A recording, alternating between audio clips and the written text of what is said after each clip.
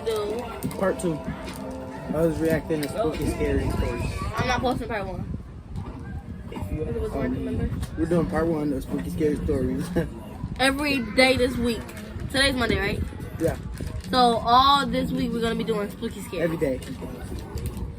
We're gonna do like 2 to 3 stories each time. So let's get into it. You heard the screen recorder?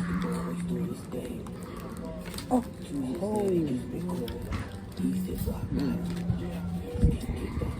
We're gonna start now. Oh, this is on there. She doing today. Huh? Yeah, remember? She like did see the head of my you said okay. Oh yeah, we have to pop the screen right there. Yeah, we gonna make ourselves small. We gonna have ourselves like. No, at the we're bottom. not. Yes, we are. There's no point in doing it in the big bag. Okay, be quiet.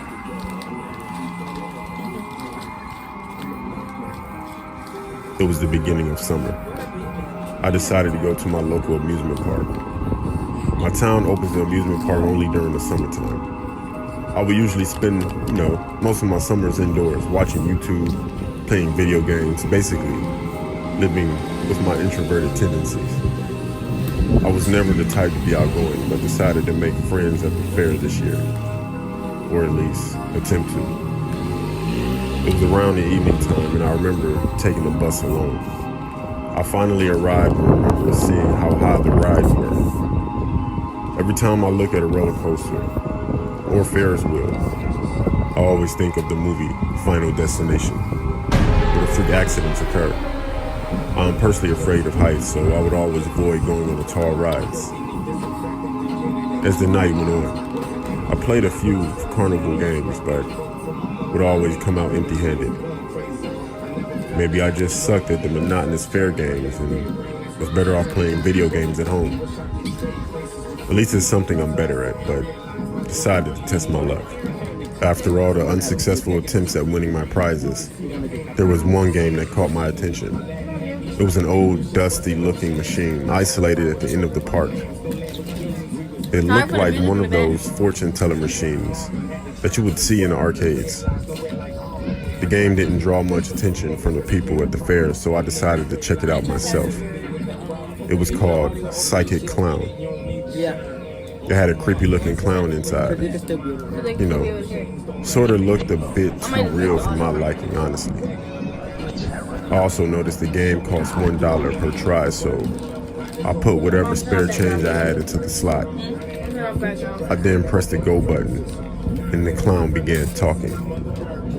It said, "Ask me a yes or no question to uncover the truth, and then press the go button."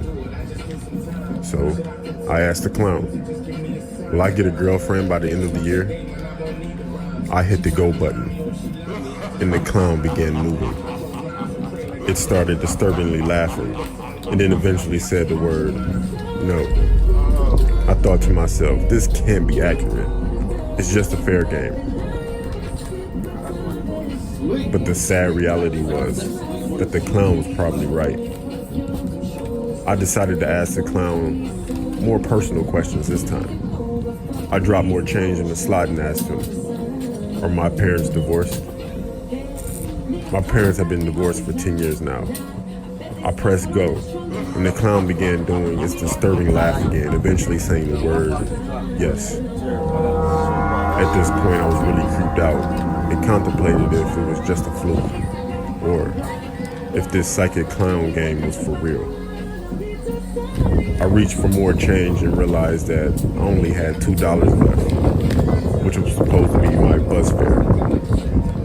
I planned on calling my mom to come pick me up, so I decided to use my last $2 on the psychic clown now.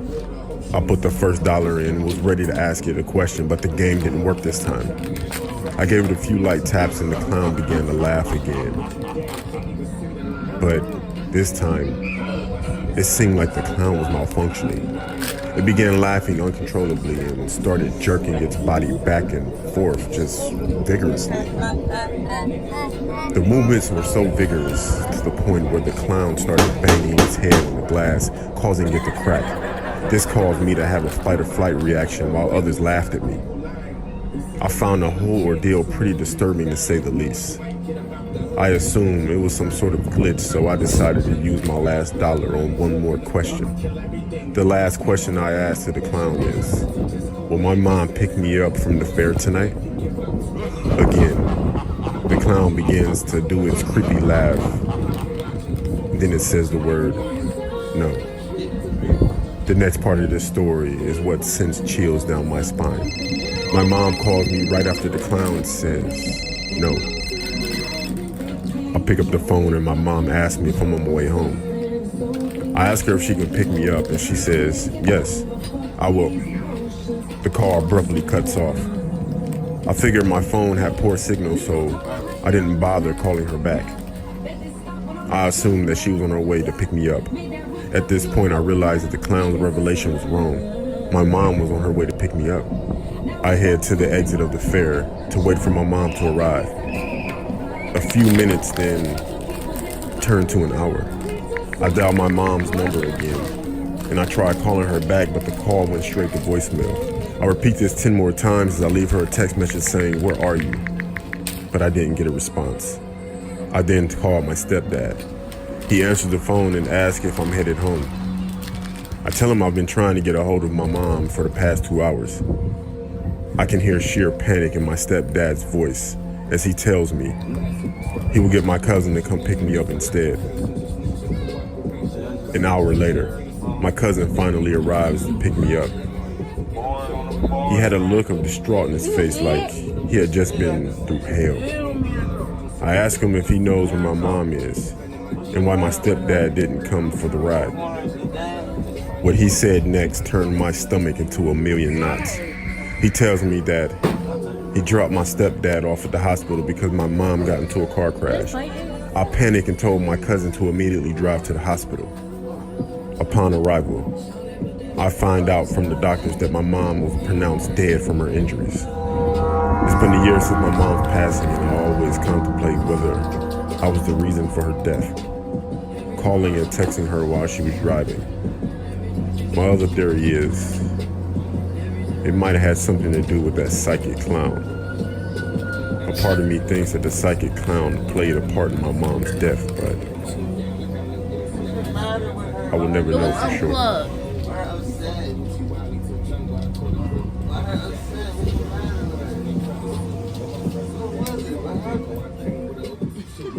Of course. If you ever wanted to know what $21,000 looks like in a single month, this is what it looks like. Just gotta knock at the door.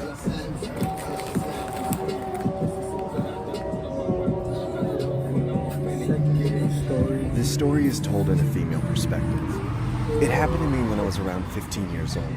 I would always love going to this arcade that was located close to my house. The arcade was always open till 8, so it was usually packed to full capacity. My parents didn't mind if I went by myself, as... How do you feel about the first story?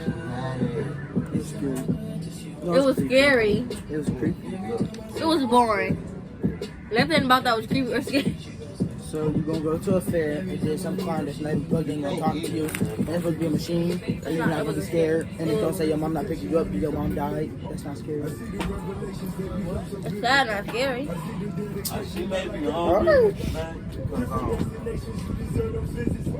Daddy ain't got nothing, let me know you can't eat my daddy.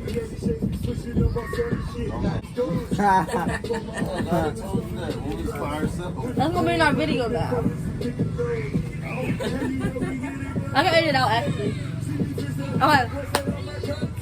So I feel like my story. It was boring. No. And weird. So why you end up recording? We just stop. And I'm about to stop them. Now I'm about to do this. No! Wait, let's see if we record. Go up. Okay.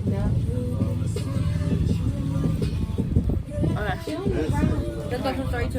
This say, you know, we gotta add in 2 recordings. No, I'm adding 1. as long as I made it back before my curfew was over. Every time I was at this arcade, I would always play with the Pac-Man machine. I don't know why, it's just I had a knack for Pac-Man and it was my favorite game to play. Later that night, I remember seeing these two guys play the game Dance Dance Revolution. I always enjoyed watching others play it, as it was quite mesmerizing to say the least. That's when a random guy approached me from out of the blue and asked if I'd be interested in playing air hockey with him. I personally didn't see any harm in it, so I said, sure. He introduces himself as Ben, and I introduce myself as well. We end up playing a few rounds and even chatted for a bit. Ben was even generous enough to buy me a drink. I eventually noticed it was getting pretty late and realized it was probably close to my curfew. I checked my pockets and noticed my phone was missing. I didn't know if I forgot it at home or something, so I tell Ben that it was time for me to go. He then tells me that he needs to use the restroom and politely asks if I could keep an eye on his cell phone, which was charging on the wall along with his belongings. I said sure, and he proceeds to head to the restroom. I decided to call my cell phone using Ben's phone, just in case I accidentally dropped it somewhere in the arcade. I noticed he didn't have a pass lock on it, so it was pretty easy to use. I dial my number and surprisingly hear a cell phone ringing inside Ben's backpack. It sounded exactly like my ringtone. My phone must have been in his He bag. stole his phone. I decide to open the bag, only to find my phone inside it. He stole his phone. I grab my phone and quickly place the backpack back on the table, just in case Ben came back. I felt really uncomfortable knowing he had attempted to steal my phone, considering the fact that he came off as this really nice guy. I noticed he was still in the restroom, so I randomly scanned through Ben's phone. He didn't have any social media apps, which led me to believe he wasn't much of a social guy. I nosily decided to look through Ben's photos while occasionally looking up to see if he had come back from the restroom. What I saw in the photos made me want to throw up. It was photos of myself ranging from inside and outside the arcade. The photos range from a couple months ago till now. As I was swiping more and more and more, I realized that this guy had been secretly stalking and taking photos of me. One photo that really sent chills down my spine was a Oh no. That's why you never trust nobody. You did that? Who did that? I did this. And then it was all candid style photo of myself playing a Pac-Man machine with Ben standing right behind me. He must have had someone take a photo of us. I quickly delete all the photos of his phone. That's when someone named Greg texted Ben's phone saying, "Yo, Ben, she's still with you? I'm outside with the van." That's when I look up and see Ben staring at me with a creepy-ass smile. It was a smile that looked so Oh, Yo! they were supposed to kidnap him. They was gonna kidnap him. Alright, so this boy or girl, he was It was going a to the boy. He arcade just like said every month, and this man was taking pictures of him. So one day he came up to me to be friends and wanted to play hockey, so they went outside after they got done playing hockey. And then he went to the bathroom, and his phone was missing, the boy phone, and then the boy came Yeah, back as soon and had a as he creepy looked up, face. the man was staring at him. No, for what?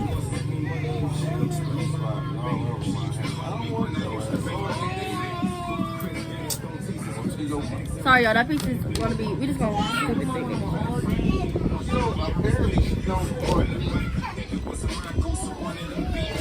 No, this is not bad. That's when someone named Greg texted Ben's phone saying, "Yo, Ben, she's still with you? I'm outside with the van." That's when I look up and see Ben staring at me with a creepy-ass smile. It was a smile that looked so exaggerated, I couldn't tell if he was faking it or being for real. I told him that I was just checking the time because I forgot my cell phone at home. He then says, "You want to come over to my place?" Get out. I honestly could have made a scene, but I took the high road and said, "Sure, but I need to use the restroom first." He then says, "Sure, what you let me say? walk you there." Then says, "Want to come over to my place?" I honestly could have made a scene, but I took the high road and said, "Sure, but I need to use the restroom first." He then says, "Sure, let me walk you there." Then walks me to the restroom, and I immediately took the opportunity to call call my dad to come pick me up. I can see Ben glimpsing through the door every time someone exited the restroom like a creep. That's when I decided to tell 2 older girls I saw about my situation. They kindly escort me outside, only to find Ben no longer there. I then get a call from my dad telling me to come outside and that he has arrived. I quickly rush into his car and act like nothing ever happened. To this day, I'm still traumatized from the encounter I had with Ben that night. I lay on my bed from time to time, pondering what sick plan he was orchestrating that night. All I know is that I don't plan on going back to that arcade anytime soon. A man at an arcade trying to kidnap somebody. This girl. Why is he off that man?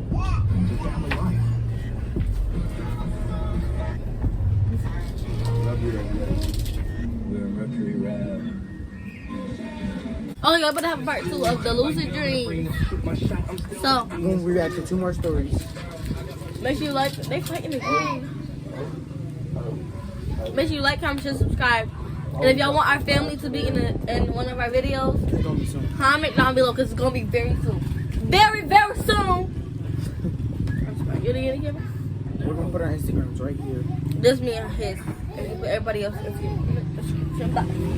What's popping? And go follow. If it's too loud. It's okay. Alright, I'll forget to try the next video.